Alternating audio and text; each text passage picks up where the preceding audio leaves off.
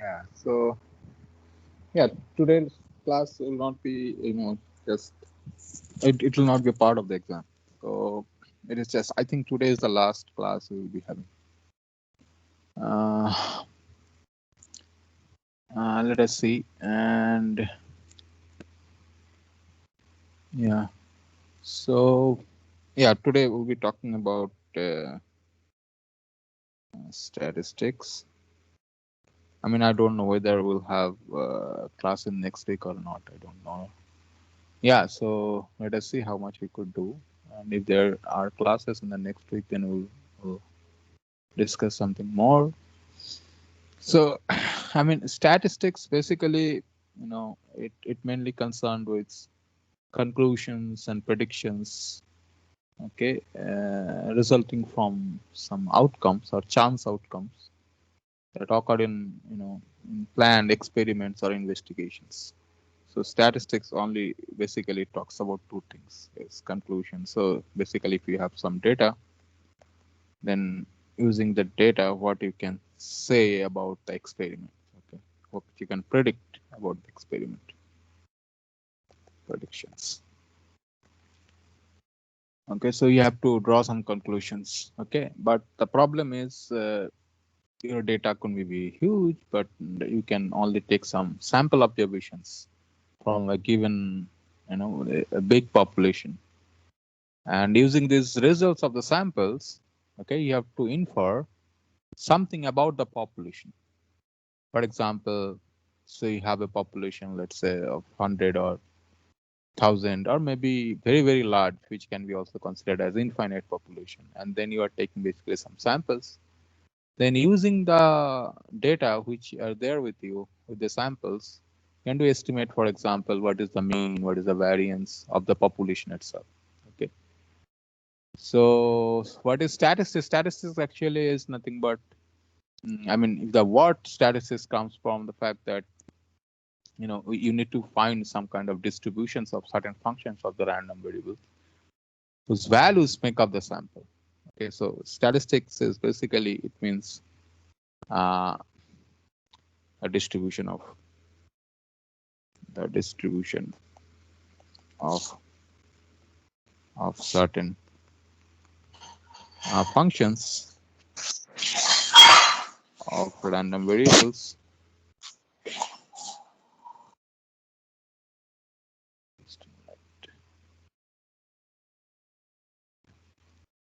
Yeah, functions of random variables. Okay, whose values uh, make the sample, make up the sample.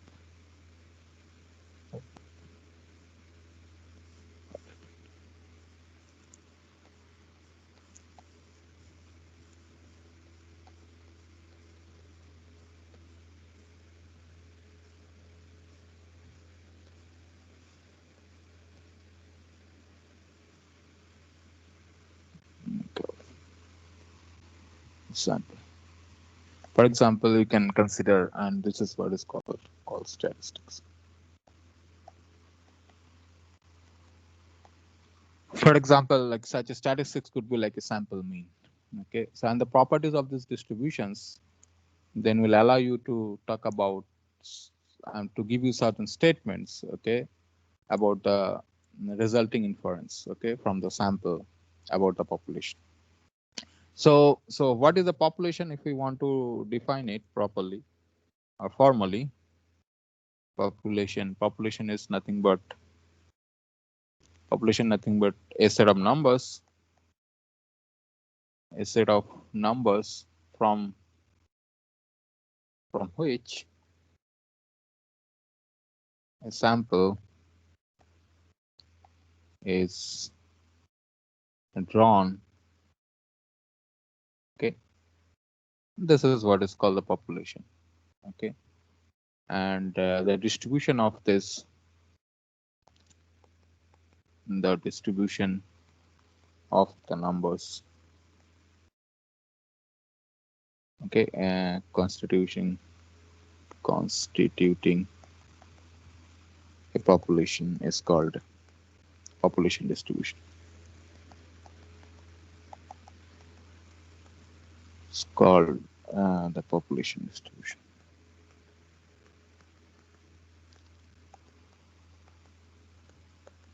Okay, for example, suppose no,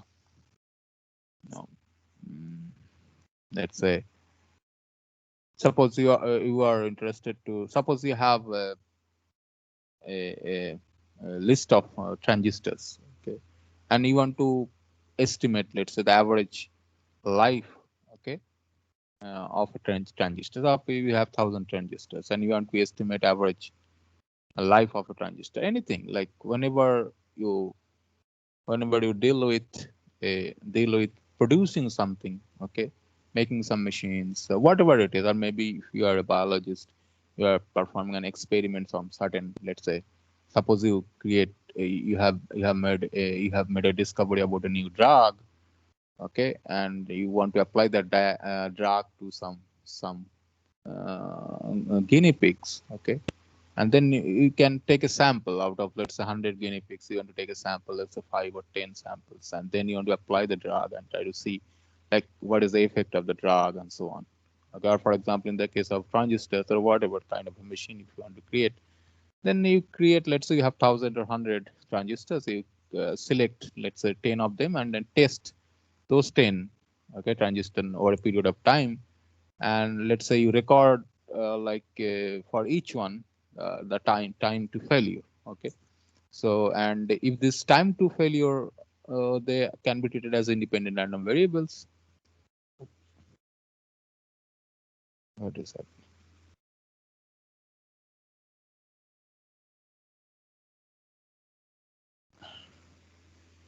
Can you see the slide? Can you see the note?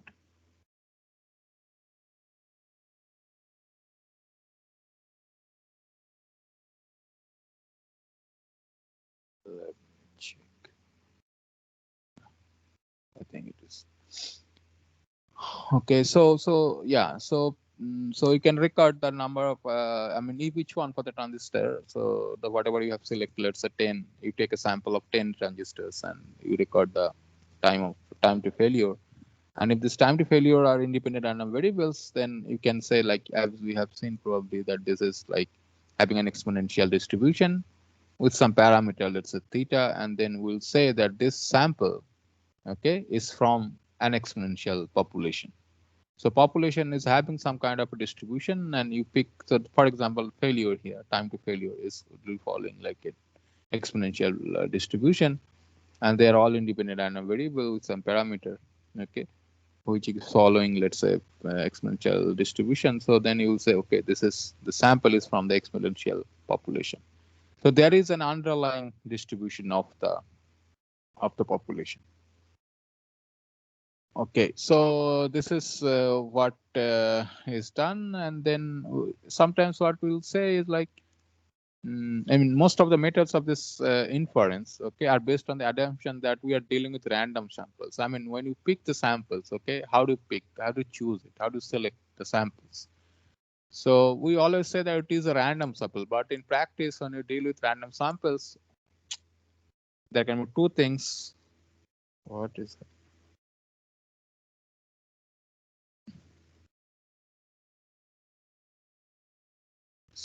There is some problem with this tab today. So then we will always say that sample, okay, so this number of samples, whatever you have selected, this is a random sample, okay. But in practice, you can have two things, like you can have a finite population, meaning a moderate size population, let's say 100,000 and so on, or maybe you can have a very large population, which is, let's say, infinite. So most of the statistical theory and or most of the methods, we can say, okay, so they take samples from infinite populations. Although we'll also discuss about talking about taking a random sample from a finite for the finite population. But let us say for the time being, I mean, so there are two kinds of things when we say population. So it could be infinite population, meaning infinite here, meaning the population is very, very large. For example, you want to predict, like, so there is this legislative assembly election is going on. Okay, so we want to want to predict about who will win. the selection, assuming that all other factors are constant. I mean, you have to assume like something is working, like EVM is working properly, everything. Okay, people can vote and so on. Okay, whatever it is, you have all these assumptions. Based on that assumption, now you want to predict who I mean, whose party is going to win. Okay, so then you can consider this as an infinite population because the population is very large. Okay, and you can have also, so in another situation, like I said, okay, you produce something which is, let's say testing a drug, okay, where the population could be also very large. Otherwise, you can have a very finite size of population where, let's say, you are you have a very rare kind of a disease, and then your population is very finite, and then you want to take sample from that, so which is very difficult thing to do. So in general, we will call it a finite population, and then it will be very difficult, okay, to call what is a random sample actually there. But anyway, we'll define formally what it is. But for the time being, let us say, let me first define what is called a sample, which is random. Formally, what is called a random sample for an infinite population. And then we'll talk about the finite population. Random sample is, let's say, if x1, x2, and dot xn are IID, meaning independent and identically distributed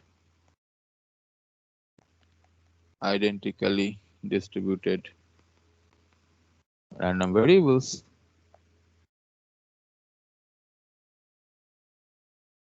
okay, then we say that these random variables, they constitute a random sample,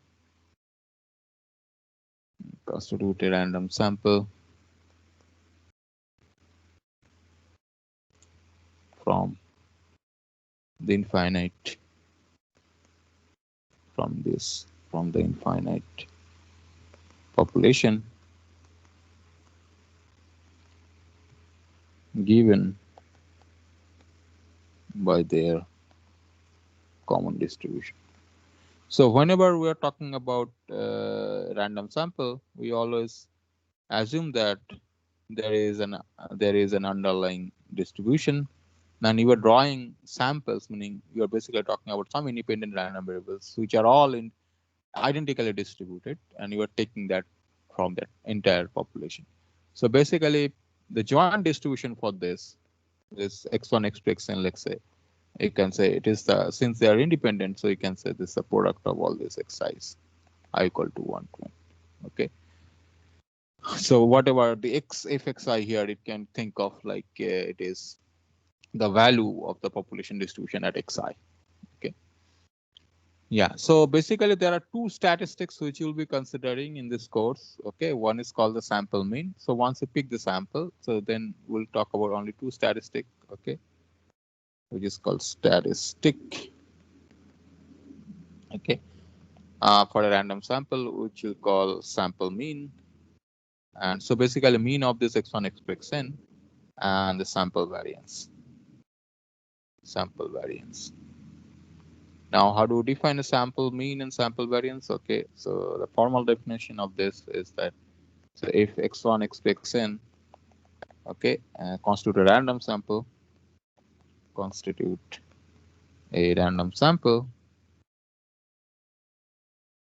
then the sample mean, I mean, we are defining it is as a random variable because, as I said, it is a statistic. So sample mean is, we're doing it by x bar, which is sum of this xi, I equal to 1 to n by n, and the sample variance,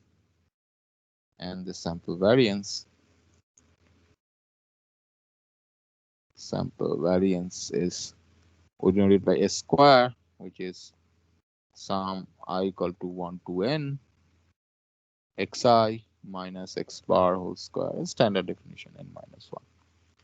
So although we are defining it in terms of random variable, but in common practice is that when we say sample mean, sample variance, basically we calculate whatever the values this xi, let's say capital Xi will have, and if I denote it as a small xi.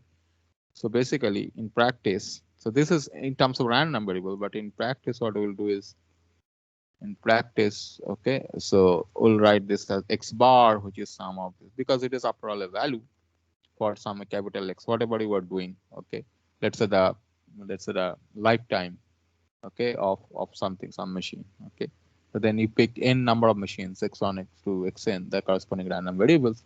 They're all identically distributed and independent. So xi will have some, x1 will have some value, x2 will have some lifetime, and so on. And then, so these values are small x size, and then after all you have this x bar equal to this, and small s square is the variance, which is sum over, or let's say your marks. Okay, for all the students, we have your marks, and then I can, let's say I pick some sample out of it, and then I can find out what is the mean and what is the variance. And so this is the observed data. So here this xi, small xi, x bar, and s square, the values correspond to this random variable. So this x bar, xi, and s square are the values corresponding to the random variables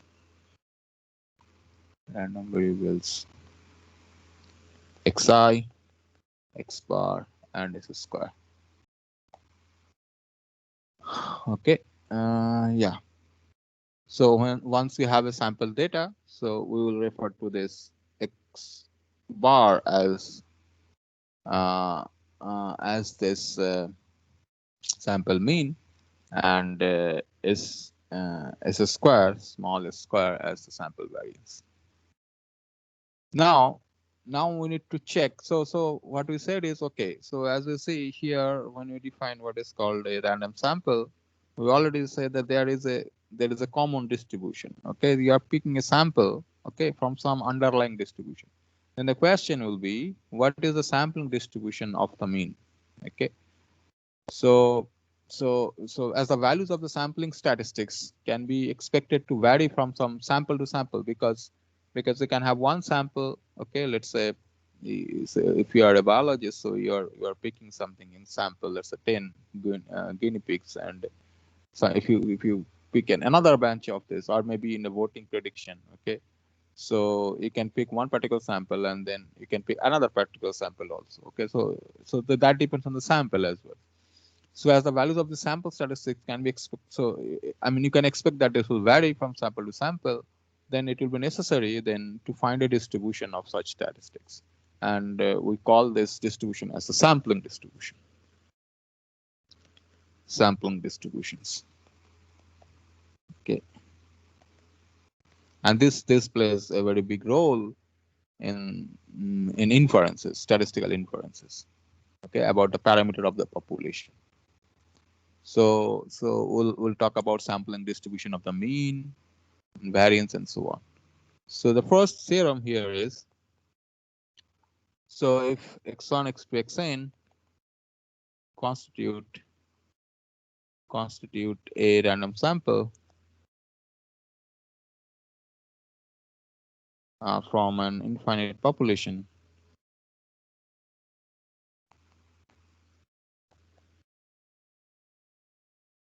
let's say with mean mu and a variance, let's say sigma square,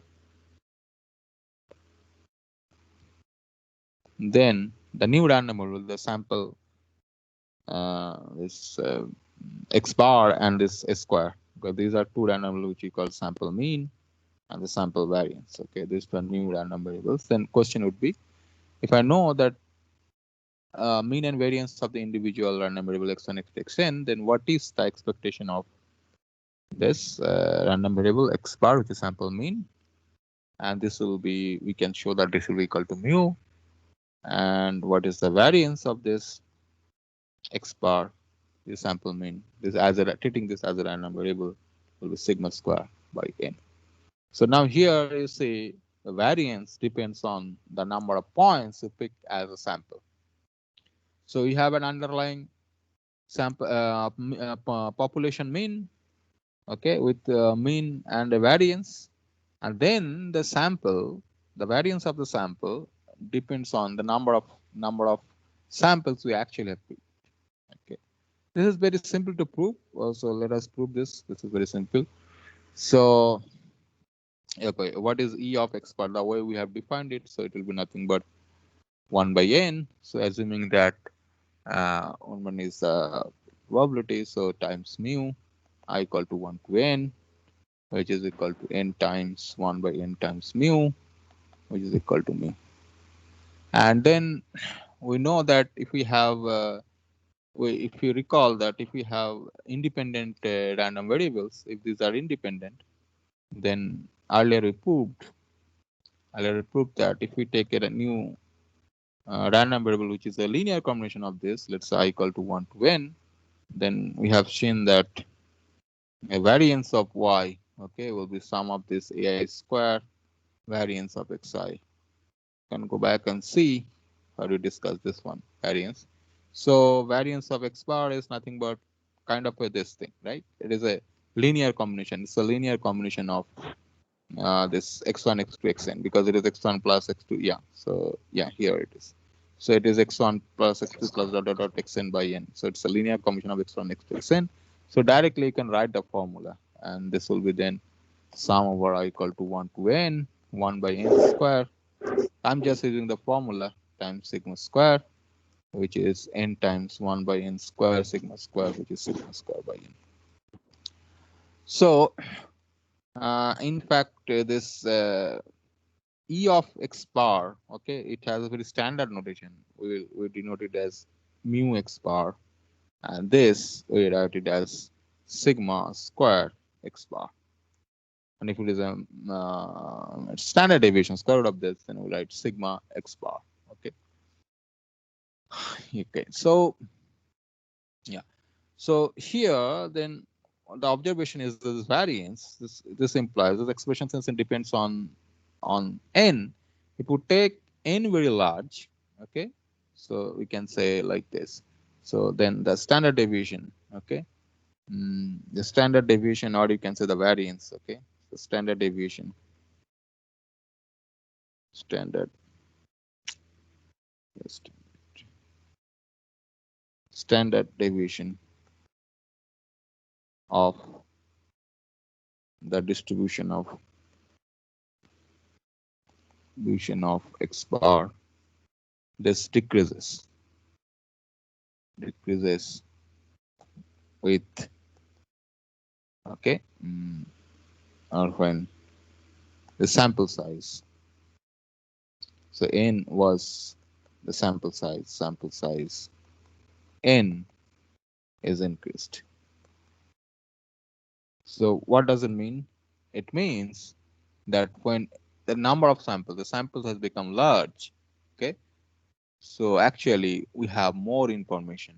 So we can expect the values of x bar will be close to mu, because variance is going to 0 when n is very, very large. Okay, so this is what it means. So variance is large means we are likely to get a value x bar which is close to the mu, because x bar is equal to mu. Expectation of this is equal to mu per min. Okay, so but we can have a more general situation, and we can give a bound for this. So this is another theorem in general, because n need not be, n could be very, very small actually. Okay, this number of sample size, number of samples you have picked, that could be very, very small. Then the question would be, okay, what is the value of x bar in general? So it will vary from mu, but how much it will vary? So it is like mu is here. Okay, so the question is, this values you are getting from the sample, so how much it will vary significantly? Can we give a bound about this? Okay, if number of samples is very, very large, we say, okay, this values will be very close to the mu, but in general, then question would be, if n is, the sample size is not very large, then what will happen? Or we can say even that if sample size is very, very large, like n goes to infinity, so then what is going to happen? So then definitely it will converge to mu. I mean, this will be very close to mu. It's probability. Okay, let me write it down. So for any constant c, let's say c, the probability that the sample mean random variable x bar Okay, we'll take a value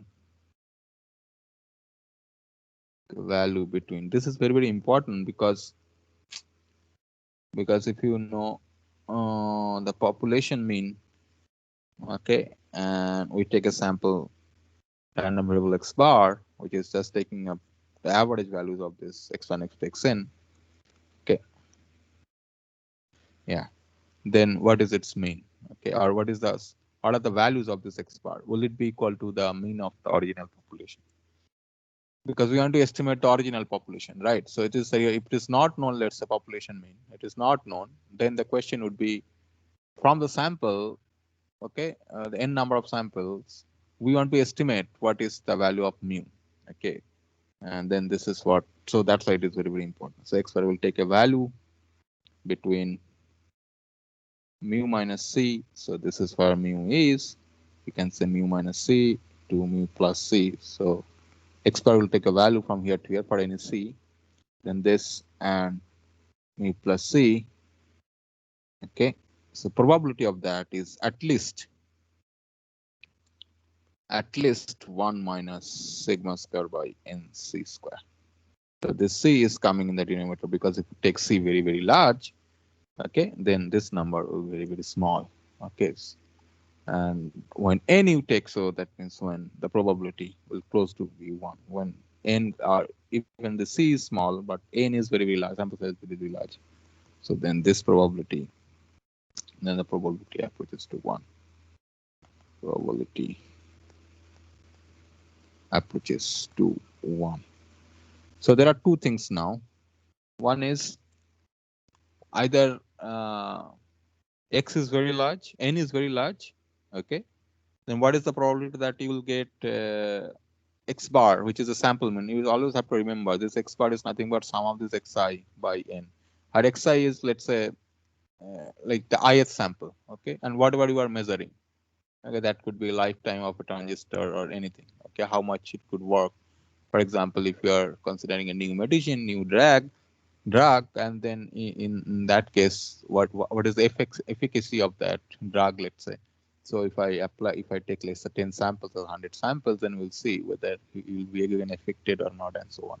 So yeah, so then the question will be for each sample, whatever I get, okay, whether that can give me an idea about the entire population. And what we're saying is that suppose mu is the mean of the entire population, let's say, then this will be lying inside this interval mu minus c to mu plus c with probability at least this.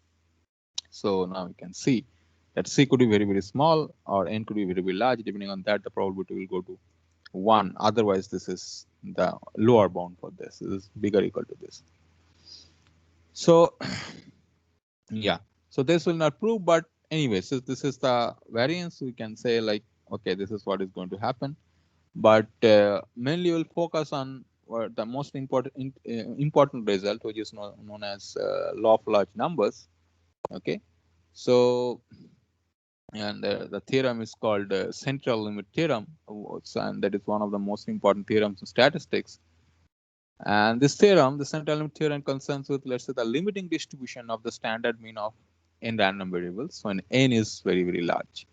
Okay, so in general, so everything will now be fit into only one particular theorem, which will talk about the behavior of this x bar, the new random variable, the mean, okay, of n random variable x1, x2, xn when n goes to very large. So this is of theoretical interest, but it has nice applications in statistics, in the theory of statistics.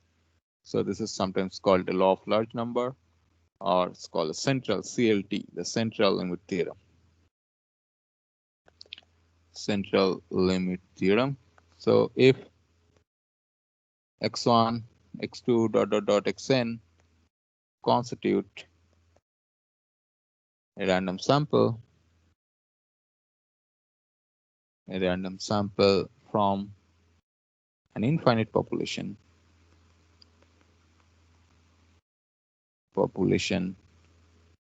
with mean mu and variance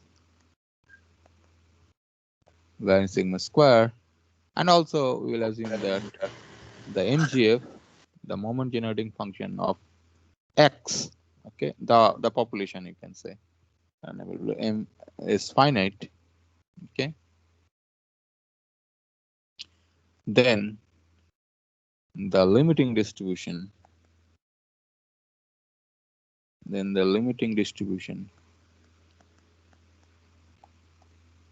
of the new random variable Z, which is defined as X bar minus mu. So it does not actually give you behavior of X bar, but it's a translation and scaling of that by sigma by square root of n, as n goes to infinity is standard normal. And this is very, very important. So basically what it says, distribution. So basically what it says, this particular random variable, okay, X bar, okay, this is always standard normal when n is very, very large. So we are interested about estimating, let's say, entire population from a mean, from a sample. Then what it says is that when the sample is large, okay, then the distribution of this random variable follows standard normal.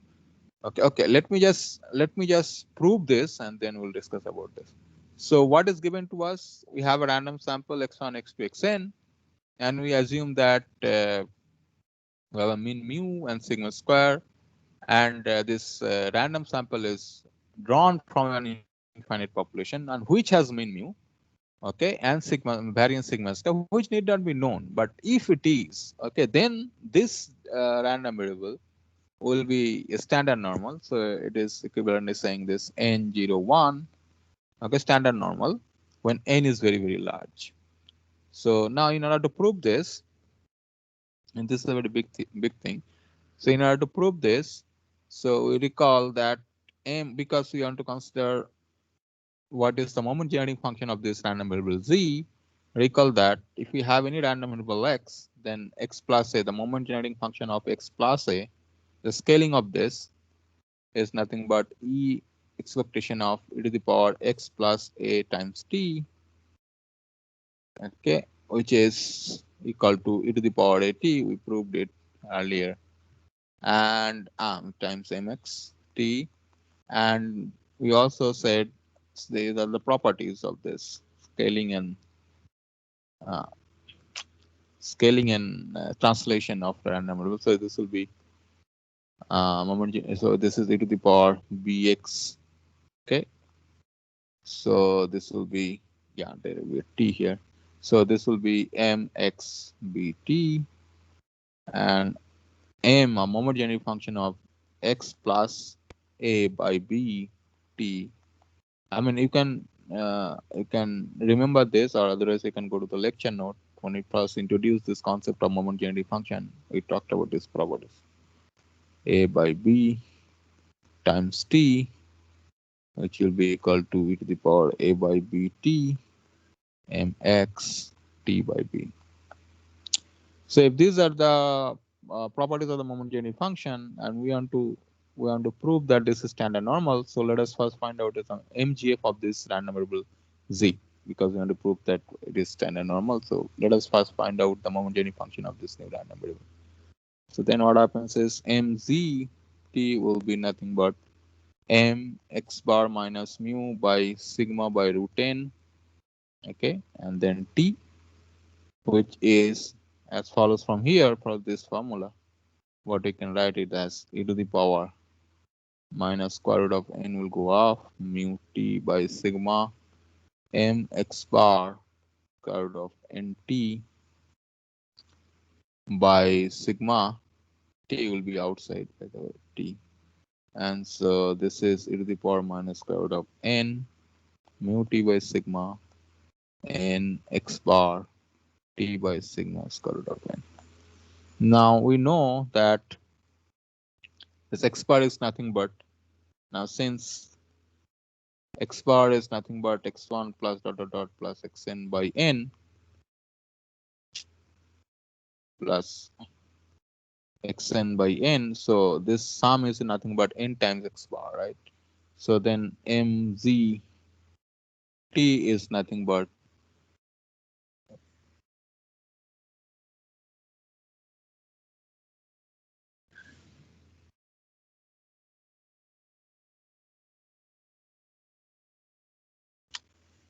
mzt will be nothing but e to the power, e to the power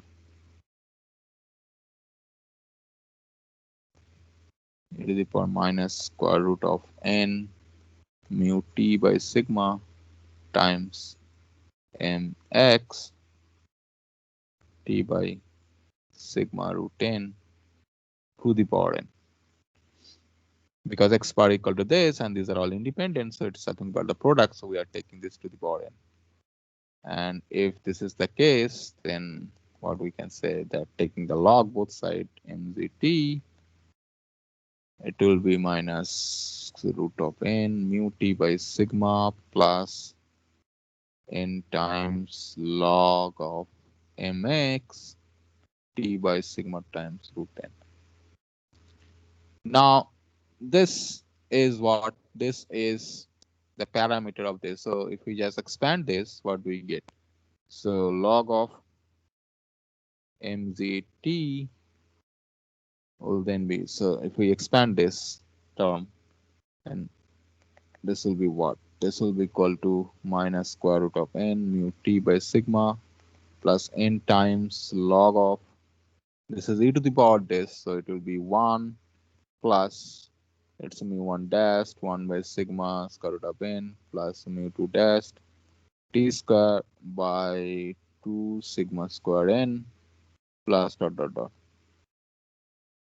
And what are this mu1 dash mu2 dash? They are the moments about the origin, okay, of the population distribution. Okay, so now n is, if n is sufficiently large, if n is large, because we said n goes to infinity, if n is large, okay, then what can we say about this? We can write like this is 1 plus some x, so then this will be log of 1 plus some x. So then this implies this is log of mzt will be minus square root of n by sigma mu t plus n times, this will be mu1 dash t by sigma root n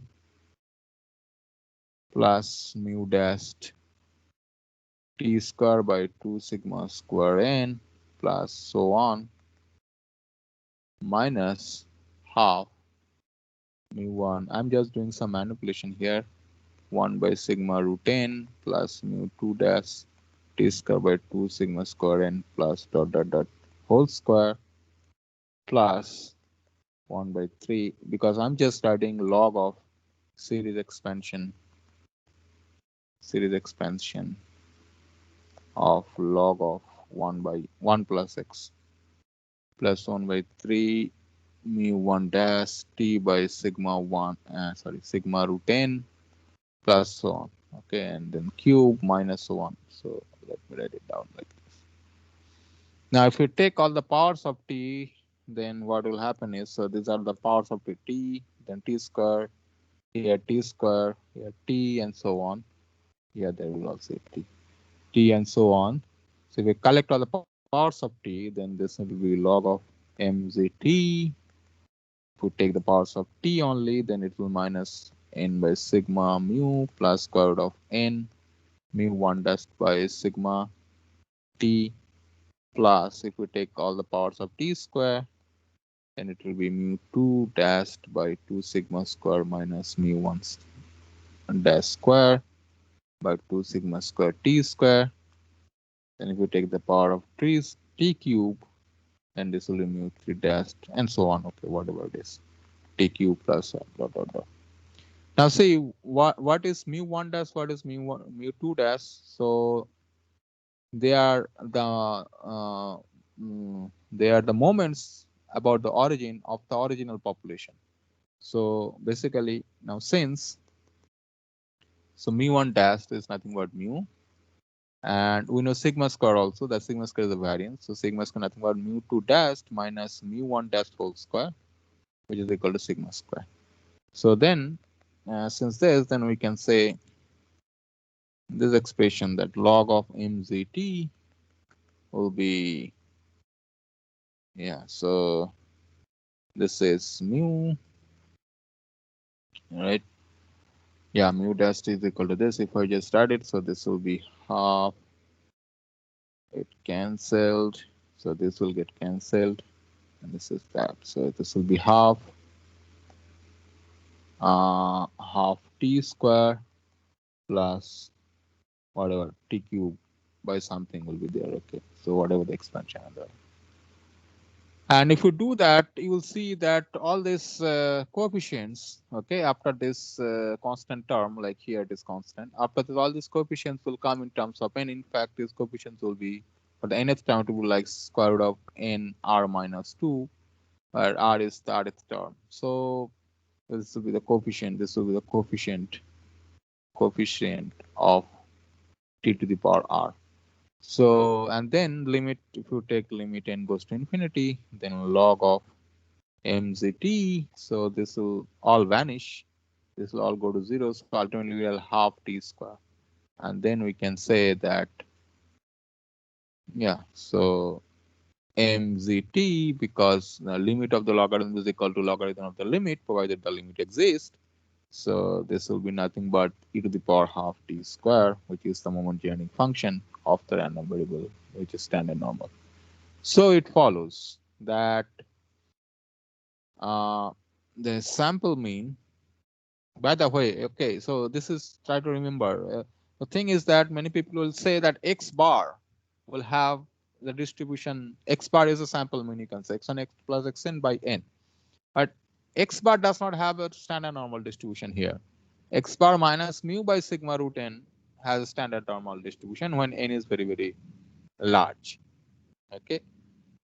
Now, if n is very, very large, yeah, so this is what is going to happen. Now, suppose, yeah, so let's say we'll remember this, okay. I mean, I'm trying to, okay, so then the question is here, one important question is here, large means how much large it is, what should be the sample size, okay, so that this distribution will have, for example, okay, in the population of all the students, let's say you are in section 1, so it is, yeah, so you are a sample of the entire students. Then the question is, what we can do I see, like if I take the marks, okay, marks are the corresponding values, let's say x1 x2 xn here. So n is like the number of students in this course, okay, so then you can say that number of samples here is 245 approximately, out of how many, let's say 970 or something, I think. Okay, so you are taking this particular sample, now I am considering your marks. Then the question is whether I know the sample mean or not. I mean, we can consider a sample mean mu by taking all the marks and what is the average marks of all the students. And I can also calculate the variance. So the question will be, then it is a test. Like if I consider n to be equal to only the number of students in this class, then this x bar minus mu by sigma root n, whether it is following standard normal or not.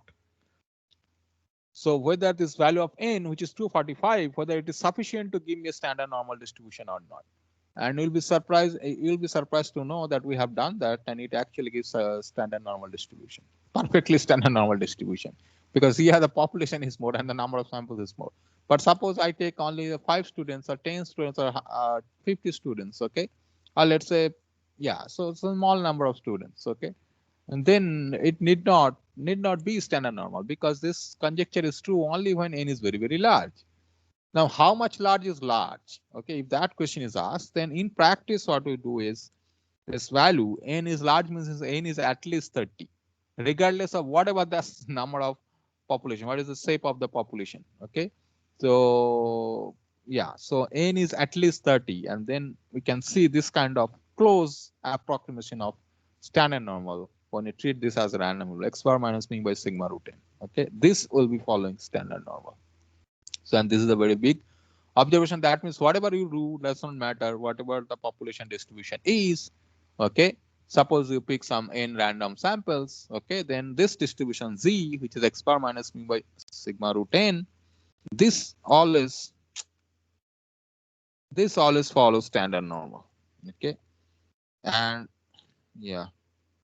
Then the question will be the reverse one. The question reverse meaning, suppose you take a random sample and suppose you do not know the values of mu and sigma, okay, but you know n, and you have the values of xi so that you can construct this x bar. Then you can fit different values of mu and sigma and try to see or try to approximate what is this parameter mu and sigma about the entire population. Okay. Now one particular interest is, suppose the original population is already normal. Okay. So on the population we are sampling is normal, then the question is the distribution of x bar is also normal, regardless of the size of n. This is very, very interesting. So this central limit theorem says x bar minus sigma minus mu by sigma root n. This is standard normal, which is independent of the distribution of the population. But if we are taking sample from a population which is normally distributed, then x bar itself is a normal distribution, and this is very, very phenomenal. So is an interesting fact that if the sample is drawn from a population, okay, uh, okay, which is normally distributed,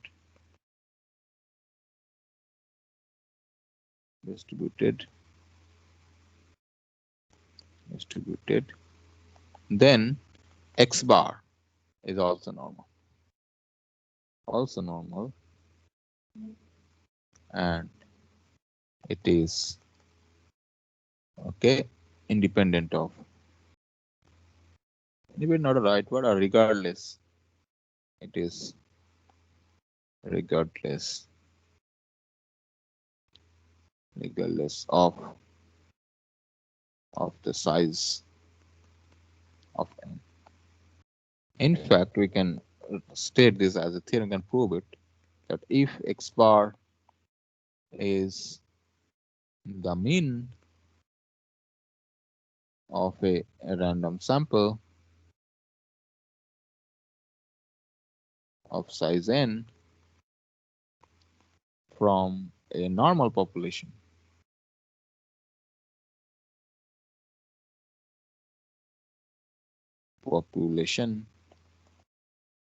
with mean mu and the variance sigma square, its sampling distribution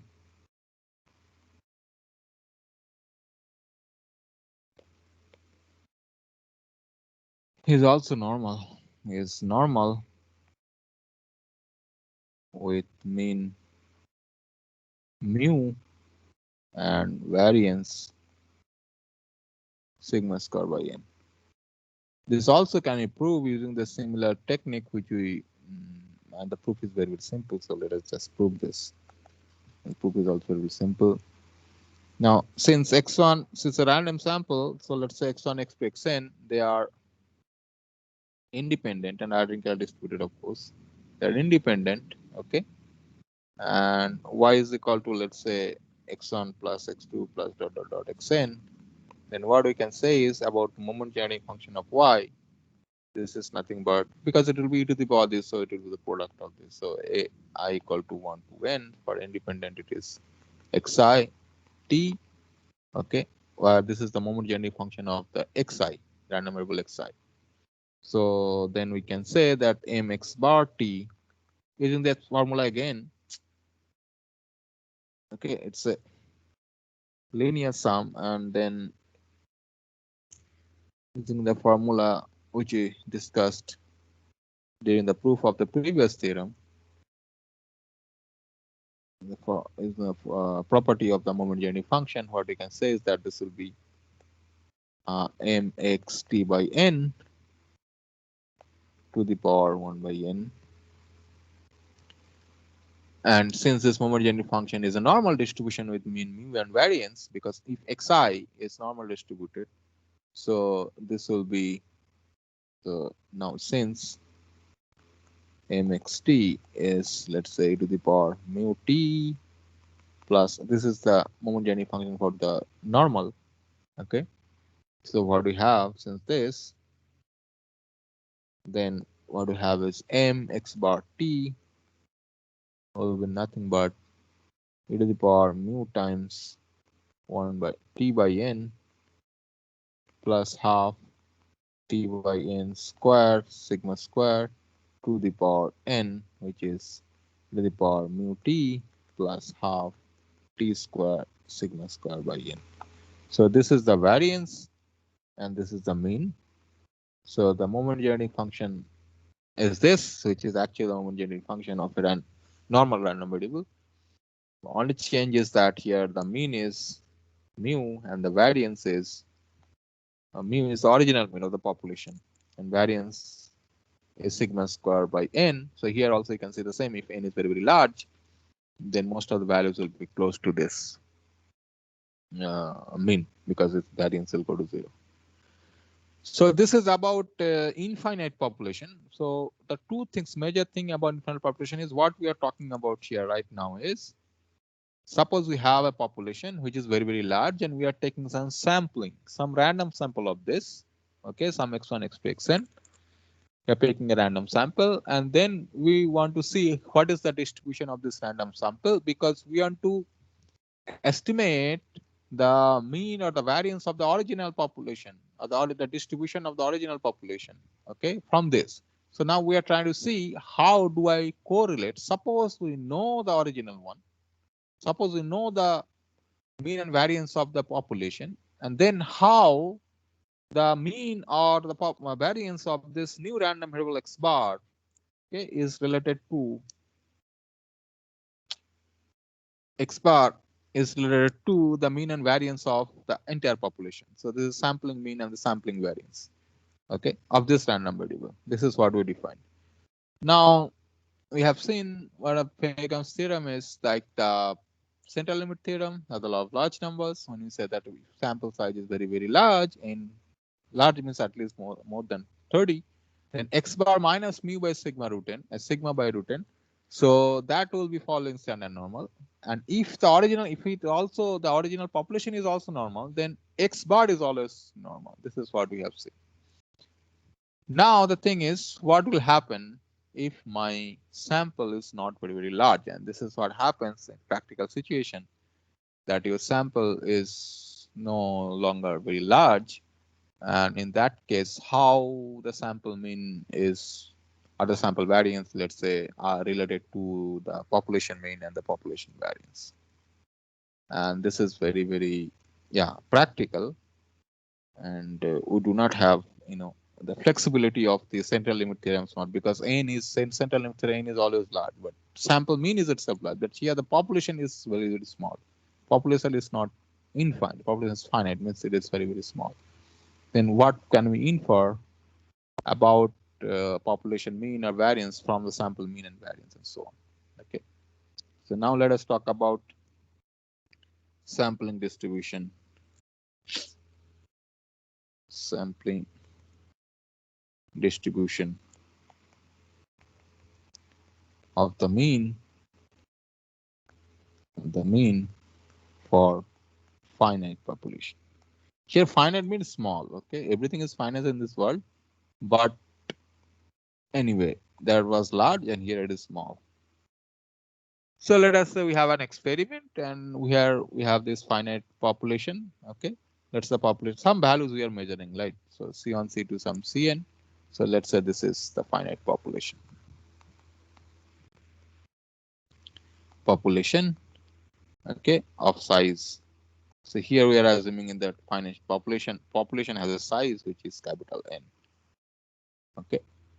And then we'll always assume that we are sampling without replacement from the population. Okay, we are not replacing. Okay, so here we'll always assume, here we'll always assume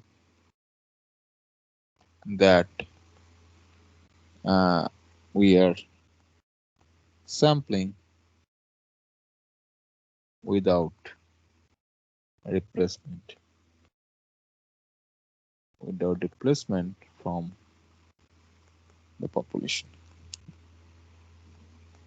This will always assume. And then the question is, what is the random sample here? Okay, so then let us define random sample, because you have only finite many choices. And then what is the meaning of random here? Okay, from this finite population. Okay, so here the random sample meaning, suppose we choose x1, okay, is the first value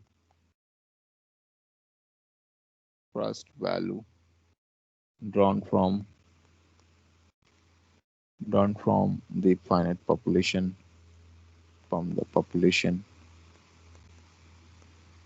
of size n. Let's say x2 is drawn second.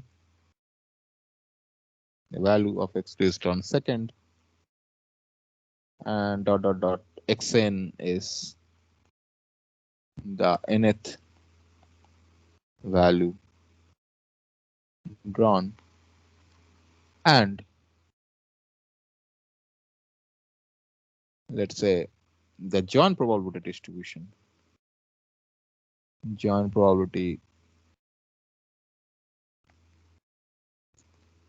distribution of these n random variables is, let's say, given by this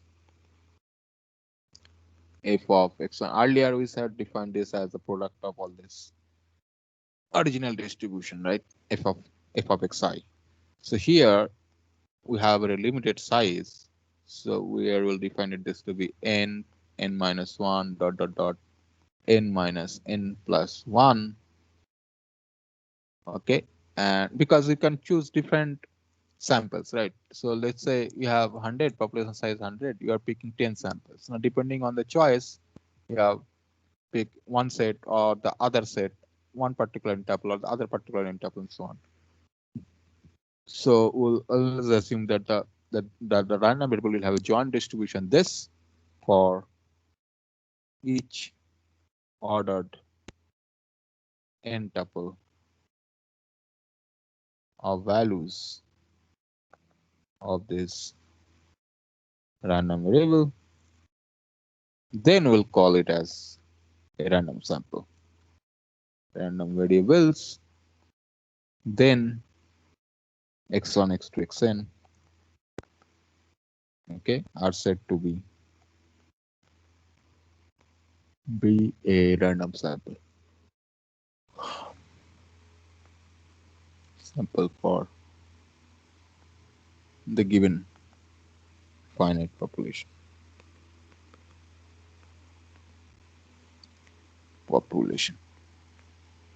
Okay, so from this joint distribution, what we can say from the definition of this random sample, so if I pick any n subset of smaller number of elements from the capital number of finite population, then how many ways can choose that? This is the probability of that.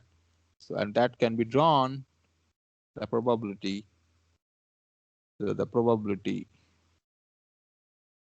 for each subset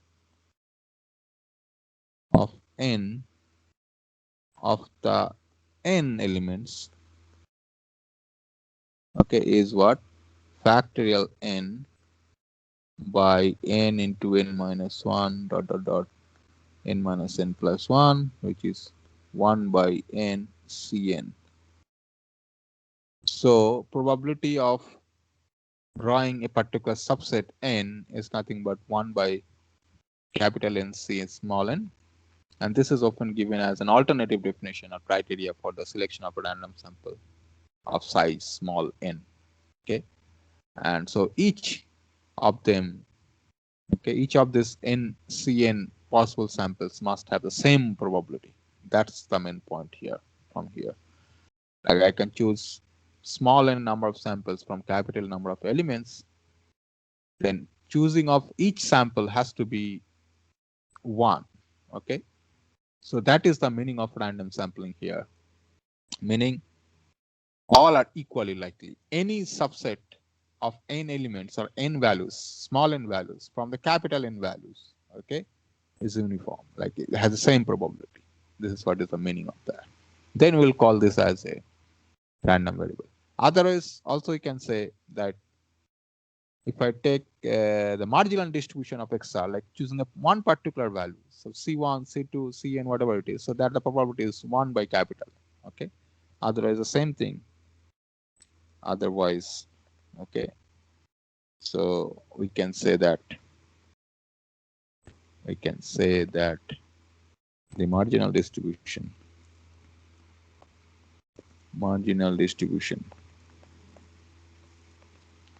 of XR, this is one instance of the random value, one instance of the values, one instance of the random variable, is given by f of XR is equal to 1 by n when XR belongs to the C1, C2 up to Cn.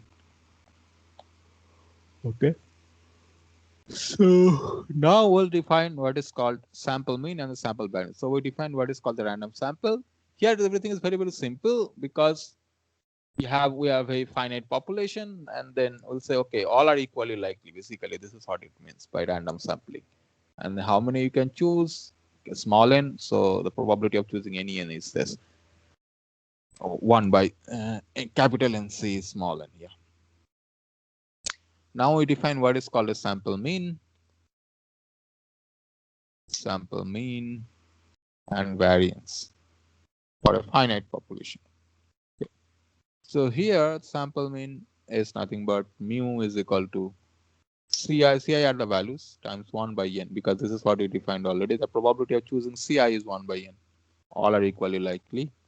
So this is the sample mean, and the sample variance is nothing but summation of I equal to 1 to capital N, the standard definition Ci minus mu whole square, and everything will come with probability 1 by n. Yeah. So the sample mean and the sample variance. Now from the joint distribution, like here we have said that f of x1 x2 is equal to this. Okay, what we can say that we can take the marginal distribution of any two random variables. Okay, and that also can be, this is, let's say, the homework, that the joint marginal distribution, because we want to see, let's say, how one random variable is connected to or related to or correlated to the another random variable. So the joint marginal distribution of any two of the random variables x1, x2, xn is given by, let's say, g of some xr xs, rth and ss random variable is 1 by n. So this is independent of small n for each pair, of elements, okay, of the finite population.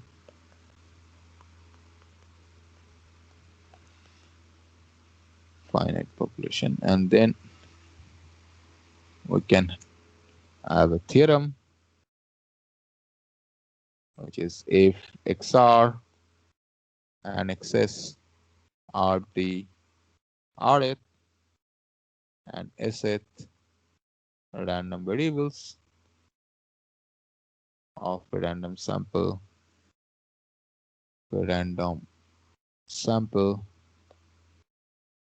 of size n drawn from, let's say, C1, C2, Cn, then covariance of XR and XS equal to sigma square by n minus 1 and comma then minus. Okay, so we can also prove this. This is not a very big proof.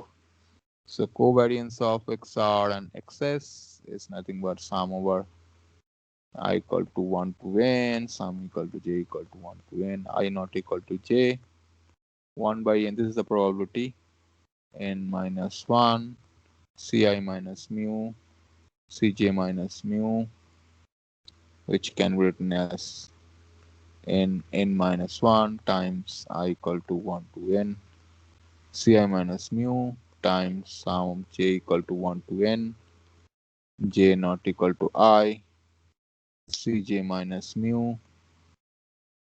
Now since sum j equal to 1 to n, j is not equal to I, cj minus mu is equal to sum over j equal to 1 to n, cj minus mu minus ci minus mu.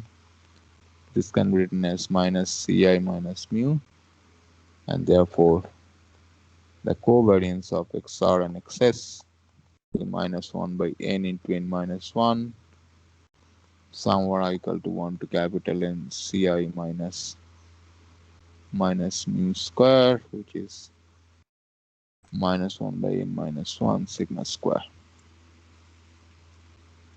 And now we can estimate, so this is a covariance, and now we can estimate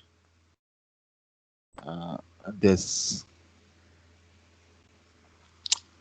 the sample mean and the sample variance. So if x bar is the mean of a random sample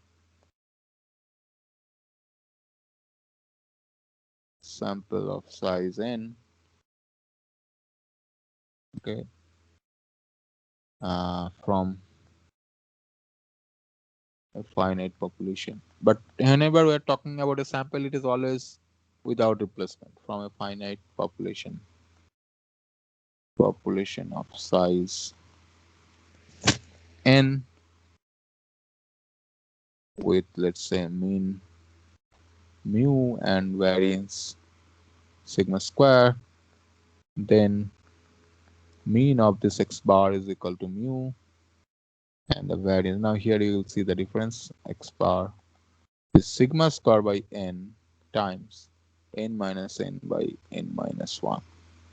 So this term is added extra than the infinite population. Infinite population, this term was not there. So this proof is also not a very big deal. It is, so yeah.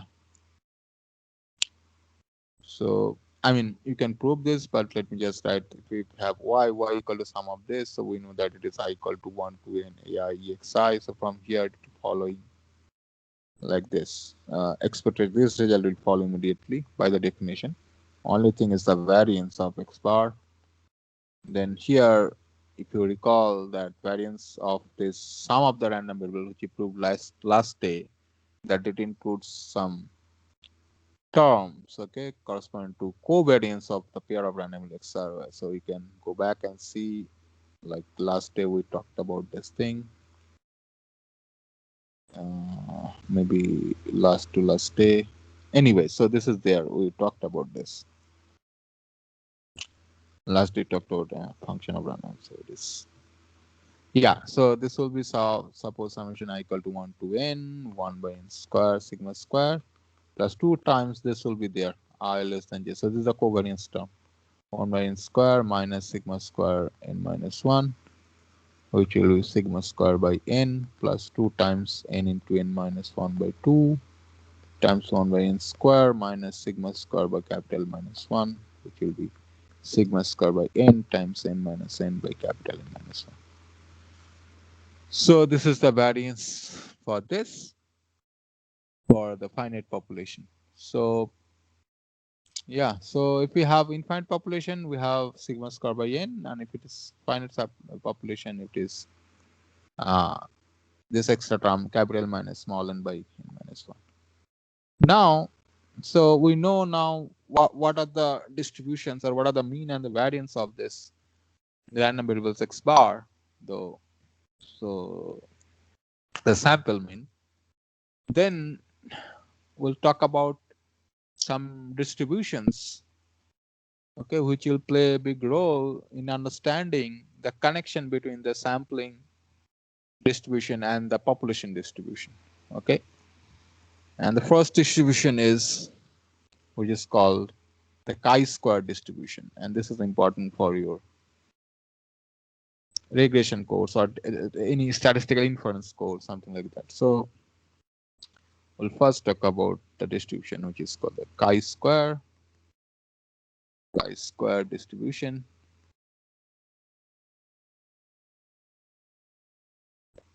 We talked about this, but we'll try to recall what was that. So in fact, we proved that if x has standard normal distribution, this we proved in the class, then x square has chi-square distribution, or yeah, it is a special kind of a gamma distribution. It is called chi-square distribution. And if we remember that if a random variable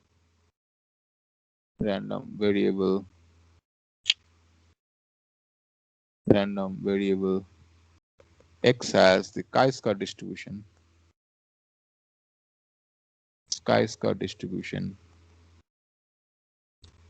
with new degrees of freedom,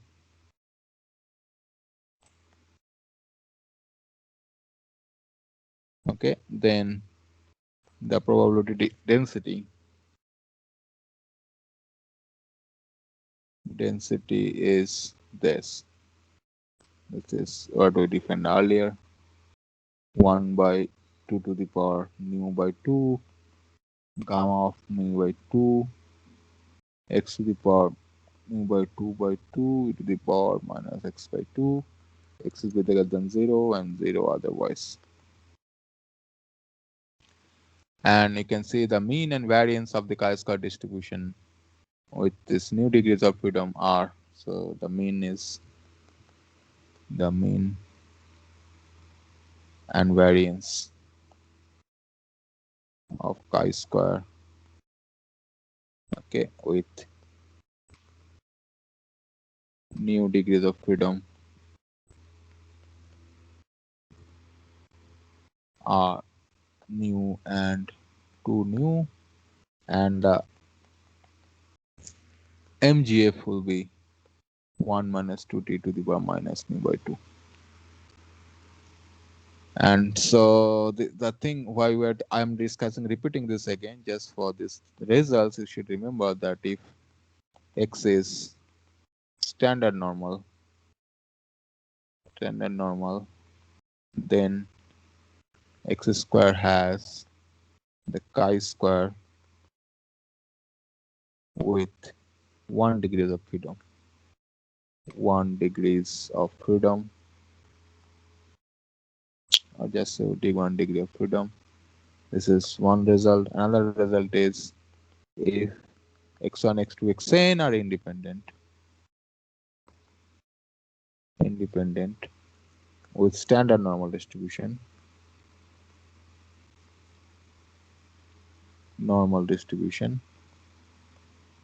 then y equal to sum over I equal to 1, xn square equal to 1 to n as chi-square distribution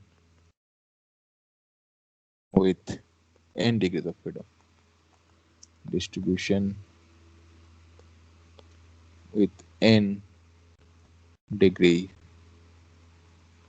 of freedom. This we can also prove.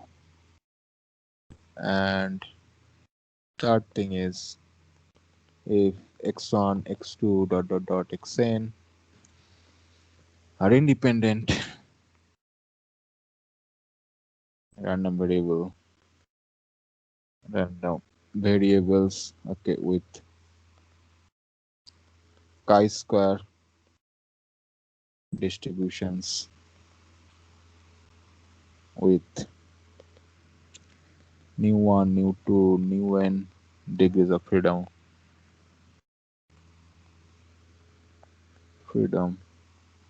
then y equal to sum over I equal to 1 to n xi as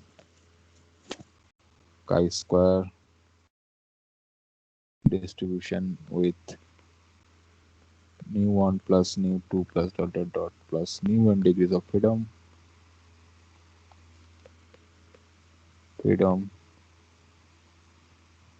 and yeah, finally, okay, before that, let's say one more statement, one more theorem, that if x1 and x2 are independent random variables, and x1 has chi-square distribution with mu1 degrees of freedom, and let's say x1 plus x2 has chi-square distribution with mu, which is bigger than mu1 degrees of freedom, then x2 has chi-square with mu minus mu1 degrees of freedom. And finally, why we are discussing this, we can use this results to prove the following. This is the main theorem why we are discussing this. If x bar and s square are the mean and the variance of a random sample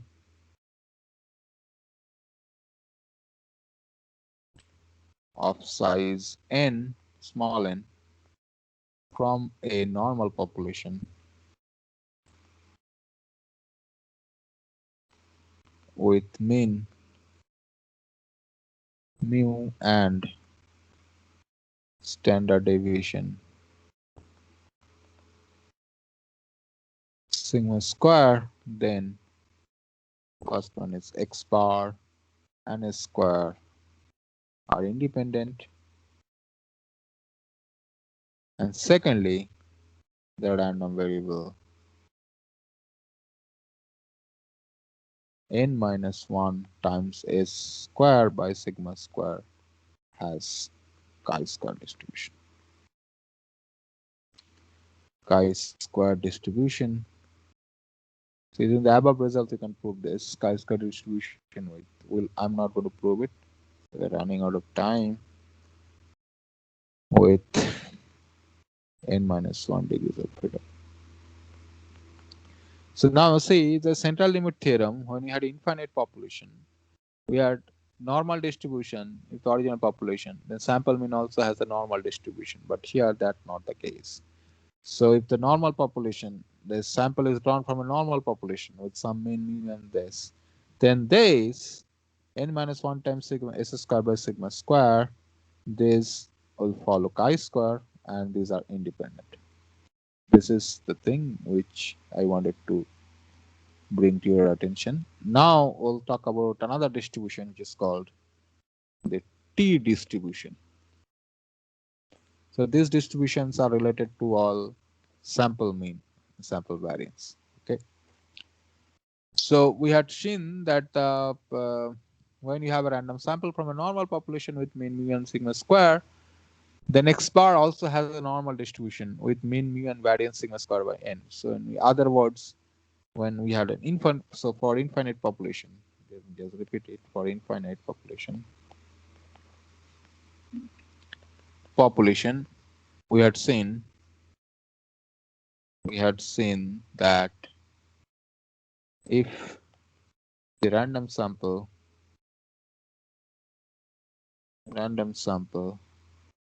is drawn from a normal population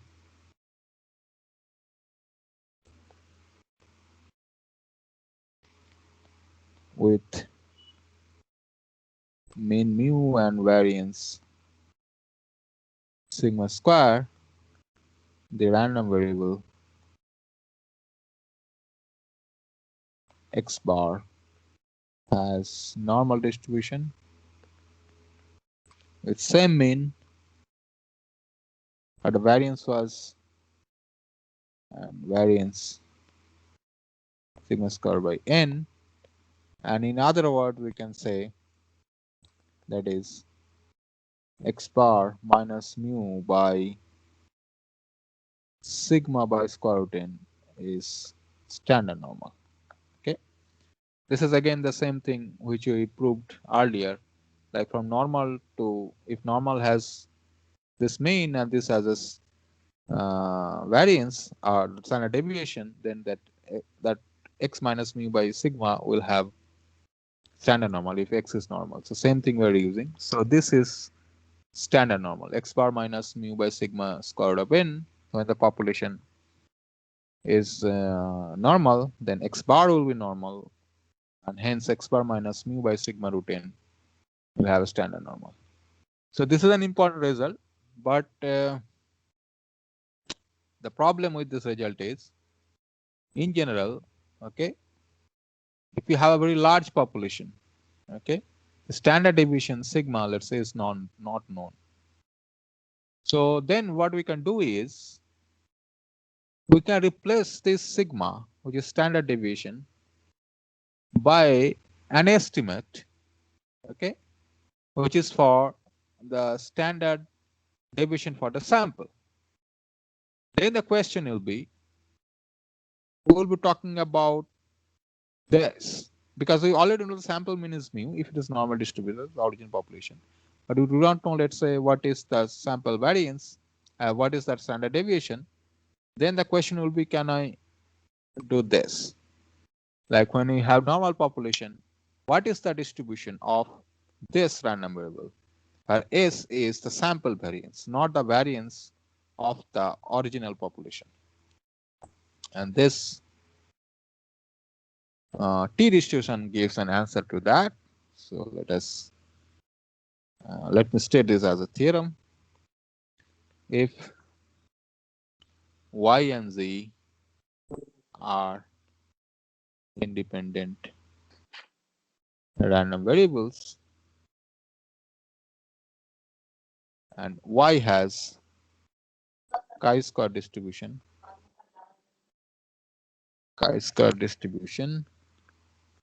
with, let's say, some new degrees of freedom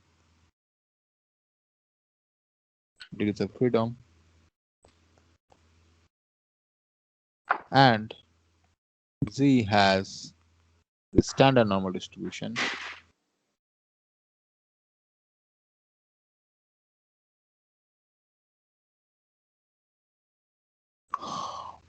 g has the standard normal distribution,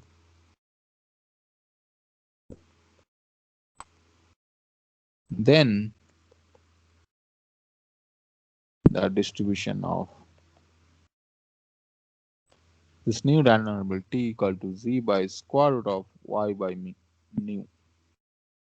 So this how it is defined. This is standard normal divided with square root of chi-square by the degrees of freedom. Distribution of this is f of t is equal to gamma of nu plus 1 by 2 by square root of pi times nu gamma of nu by 2 times 1 plus t square by v minus nu plus 1 by 2, and this is from minus infinity to t less than infinity. And this is called the t distribution, called the t distribution with new degrees of freedom.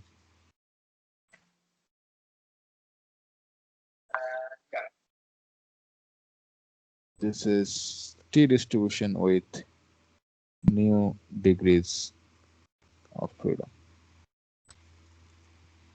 Okay, we can prove this, but let us skip the proof. We're running out of time. But this is also called, this distribution is also called student t distribution. And there's a reason for it, or students t distribution. What happened is this distribution was discovered by a person, by a scientist or mathematician, you can say. His name was, I think, W.S. Gossett. And he published his scientific writing under the pet name student. So he, whatever he did, all his scientific writings, he published it under the name student. And because he was working in a company, and the company did not permit publication by its employees. Okay, so he was publishing his work with a pet name, which is student. So this is what was his pet name, student. This W.S. Gossett, because he was working in that company, and the company will not allow to publish some kind of a scientific writing. Okay, so then he was in disguise, he was publishing that, and that's why it is also called students t distribution or student t distribution. So it is nothing but this. Now from here, it is nothing but normal by square root of chi square. Now we are ready to talk about what happens when we replace this S, this sigma, by this S. Okay. So this is the next theorem, that if x bar and s square are the mean and the variance of a random sample of size n from a normal population with mean mu and variance sigma square, then t, so you have a normal population, okay, you have the mean and the variance, and this distribution, so here this sigma is replaced by S, has t distribution. So this is very, very interesting. So when you had infinite population, okay, this was following normal, but when you have a finite population and the population is also normal, then it is following t distribution. It is following. Today this iPad is giving a lot of trouble. Yeah, just a minute.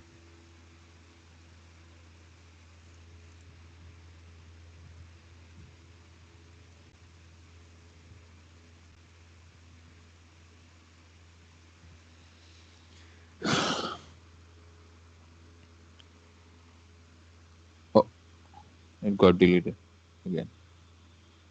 Oh, yeah. I don't know what is happening. Anyway, so let me just, I think you will get it in the video. So if x bar and s square are the mean and variance of a random sample, okay, of size n from a normal population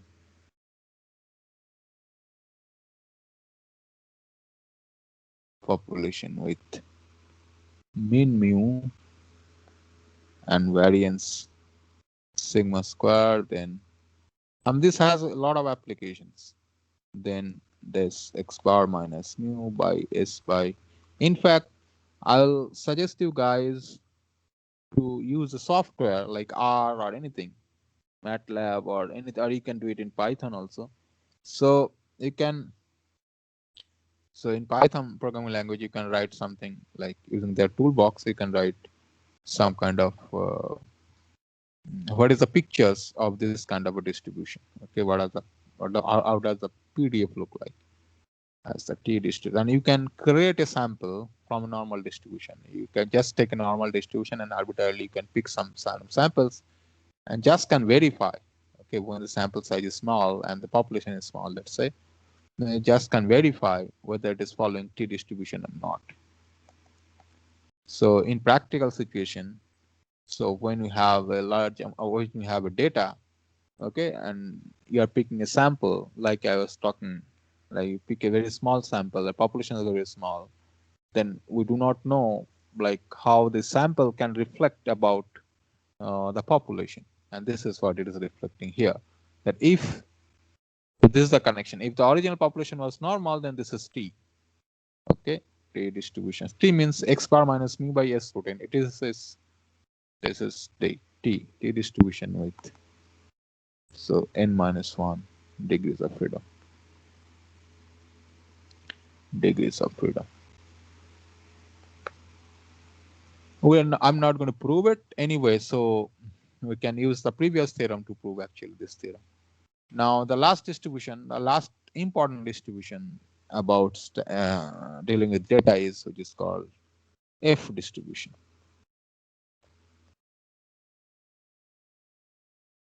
Okay, this also plays an important role in connection with sampling from normal population.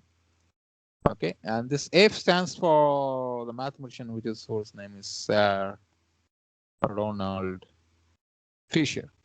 Ronald F. Fisher. This is a person who is a prominent statistician of the last century. And he talked about, I mean, he studied basically the sampling distribution of the ratio of two independent random variables, okay, with chi-square distribution and each divided by respective degrees of freedom. So this F stands for Fisher, okay, F distribution. And what he proved is the following, that if U and V are independent random variables having chi-square distribution with mu1 and mu2 degrees of freedom, then F is equal to U by nu1 and V by nu2. This is a random variable having an F distribution. Okay, with the PDF of this is G of F, let's say, which is gamma nu1 plus nu2 by 2 by gamma of nu1 by 2 times gamma of nu2 by 2, nu1 by nu2, nu1 by 2, f of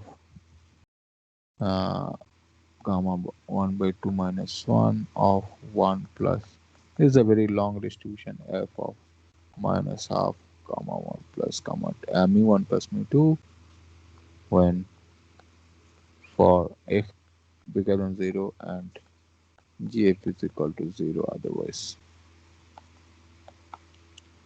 So this is what is called F distribution. So F distribution is basically a ratio of chi-square distribution. Now using this theorem, what we can say about statistics is the following. This is another result. This I can prove is another the previous one, that if S1 square and S2 square are the variances, sample variances also you can say, variances of independent random samples, samples of size n1 and n2 from normal population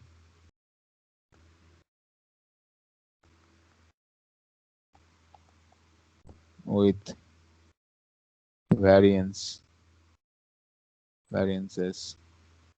sigma square and sigma 2 square, then f s1 square by sigma square and s2 square by sigma 2 square is equal to sigma 2 square s1 square by sigma square s2 square, okay, has f distribution with n1 minus 1 and n2 minus 1 degrees of freedom.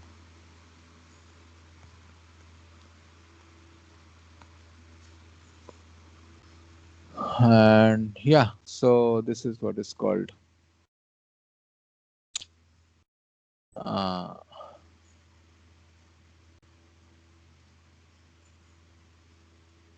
this is what is called F distribution. So basically what we have done today is nothing but we have a population. Now we talked about sampling the population, taking a sample from the population. Now depending on the population size, one could be very large and very small. So for the large, we use the word infinite population, and we took a sample and then we defined two random variables x bar and s square. X bar is the, you can see the sample mean, and s square is the sample variance, and then we are trying to relate, okay, what can we say about the original population from the sample distribution, or if the population has some kind of a distribution, let's say normal, so you are taking the samples from a normal distribution, okay, so then how this could be distributed, s bar, x bar, or say deviation of x bar, like a translation or scaling. So basically the thing is, suppose you do not know about the original population, the distribution of the original population, the original distribution of the population, then taking a sample, whether you can infer, okay, about something about the original population. This is what we discussed, and we talked about, okay, if the population is normal, okay, the sample is taken from a normal population, then what can I say about x bar minus mu by sigma root n, sigma by root n, where this mu is the variance mean and sigma is the standard deviation of the original normal population. The same thing we carried out for finite population, and we had seen that this is different, okay, so like this need not be following normal. In fact, we talked about t distribution or student t distribution, and we also said about other things like Fisher distribution, F distribution, and we also talked about chi-square distribution. We just recall some definitions to just see what is the connection with the sampling mean, distribution of the sampling mean and the variance. Now in statistics, what happens is traditionally, so the problems of statistical inference are divided into two kinds of problems, okay. So this is about the sampling mean and this is the sampling distribution. Now in statistical inference, so there is called a section of problems is called problem of estimation, meaning you have to estimate. So this is what the problem, so this is what we discussed is a theory, okay, but what is the use of these sampling distributions? How can we estimate certain parameters of the population? So this is what is called a problem of estimation, and another one is called testing of hypothesis or test of hypothesis. So this is, you can say, the statistical inference,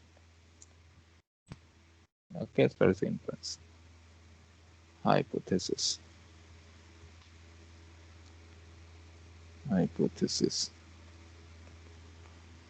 So yeah, so the main difference between these two kinds of problems, let's say one is the estimation problem and the statistical problems, the hypothesis, testing of hypothesis.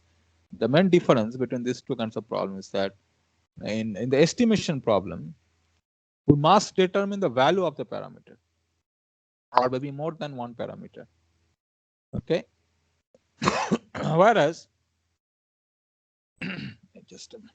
In testing of hypothesis, we must decide whether to accept or reject a specific value or a set of specific values of a parameter. So these two problems are fundamentally different. In which sense they are different? Here we have to estimate the parameter, estimate a or multiple or many parameters about a distribution. Okay. So many parameters from different possibilities. Okay. And here test and hypothesis, testing of hypothesis means, okay, decide is a decision problem. Decide whether to accept or reject a value or a set of values, a specific value or a set of specific values of a parameter. So these two problems are fundamentally different. Okay.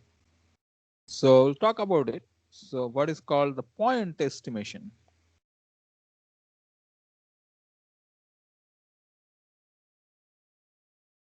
So here in the point estimation, using the value of a sample statistic to estimate the value of the population parameter is actually called the point estimation.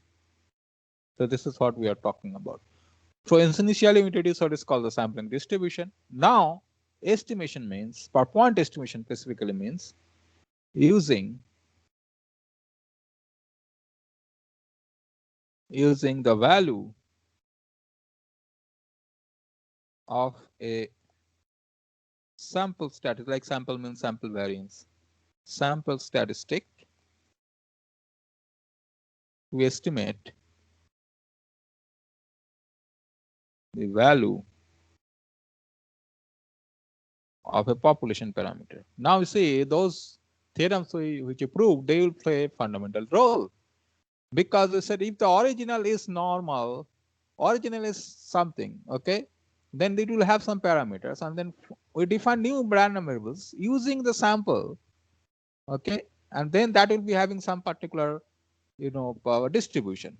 Now, if we do not know the original ones, let's say the original was normal, and we do not know mu and sigma square, and whatever we have defined using the sample mean and the sample variance, let's say, that we know that it is following some normal or chi-square, whatever it is, or f or t, whatever it is, then can we now estimate the parameter of the original population, like that mu and the sigma square? Okay, so that's why those theorems, whatever we discuss, are important. So sample study to estimate the value of a population parameter. Parameter is called point estimation, and we refer to the value of the statistic as a point estimate, because it is the value of the same when you are talking, you have chosen, you have collected, or you have selected, okay, a sample, some instances of the original random variable. So the thing is, for example, we can use this mean. Okay, so we can use this value to estimate the mean of the population. Okay, or we can use the value of S square. Okay, we can use S square to estimate the variance. So these are sample, and this is for the population. what is the variance of the population or the population variance. Okay, we can do that using a point estimate. So these are the like the point estimates. Okay. Yeah. So and then this is point, and then there is also called something called interval estimation. Okay. For instance, let's say suppose x bar, this maybe use a point distribution for let's say mu. But here let's say the mean is mu, and here it is let's say sigma square. So x bar can be used as a point estimator for this, and the s square, let's say, okay, for the point estimator for sigma square. Okay. And there is something called interval estimator. Maybe, yeah, maybe we'll talk about it maybe next day on Monday. We're running out of time. Maybe we'll talk about it on Monday, next Monday. By the way, guys, today I'll now leave because okay, so I'll be out of station today till tomorrow afternoon. So if you have any issue with the exam, you should immediately write to help desk module, or module help desk. I think you should know the email ID. I mean, you got the email from I think Moodle help desk, right? From Moodle, you must have received that email for the previous class test. So you should write an email to Moodle help desk ceasing to me. Okay, ceasing to me, so that if they don't respond, I'll call them, or I'll make an arrangement. So you should always write to Moodle help desk. Okay, if there is any issue with tomorrow's exam. Okay. So hopefully there will be classes next week. I believe so. Now let's see. And if there are classes next week, then we'll talk about this estimation problems, point estimation and interval estimation. I don't think we'll be able to talk about testing hypothesis, but if time permits, of course, we'll do that. So we'll try to, do kind of a crash course on these topics, because you need a basic understanding of these things. Okay. Okay. Whenever you'll do some advanced course, at least you should recognize what it means. Okay. What these words mean. Yeah. Okay. I should stop here now. If you have any question quickly, then you can ask me.